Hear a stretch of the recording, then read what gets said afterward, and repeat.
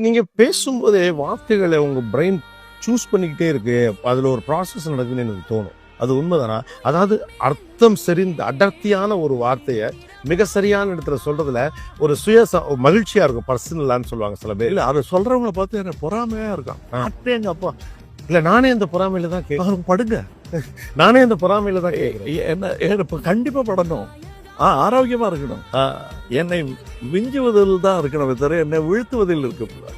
இல்லை, ஆனால் எனக்கு தோணும் நீங்க நிகழ்ச்சிகளில் பேசும்போது அந்த வார்த்தையை ரொம்ப தேர்வு செஞ்சு ஒரு அழுத்தமான அர்த்தம் தருகிற அடர்த்தியான ஒரு வார்த்தையை கொண்டாரு. உங்களுடைய கவிதைகள் பாடல்களே கூட இப்ப இந்த இதுல அதுல எனக்கு என்னன்னா, நான் தமிழனா பிறந்து விட்ட காரணத்தினாலையும் அதை ரசிக்கிறேன். நான் கெட்ட வார்த்தை பேசினா கூட சந்தங்களால எதுக்குமான எடுத்துட்டோம் தமிழ்.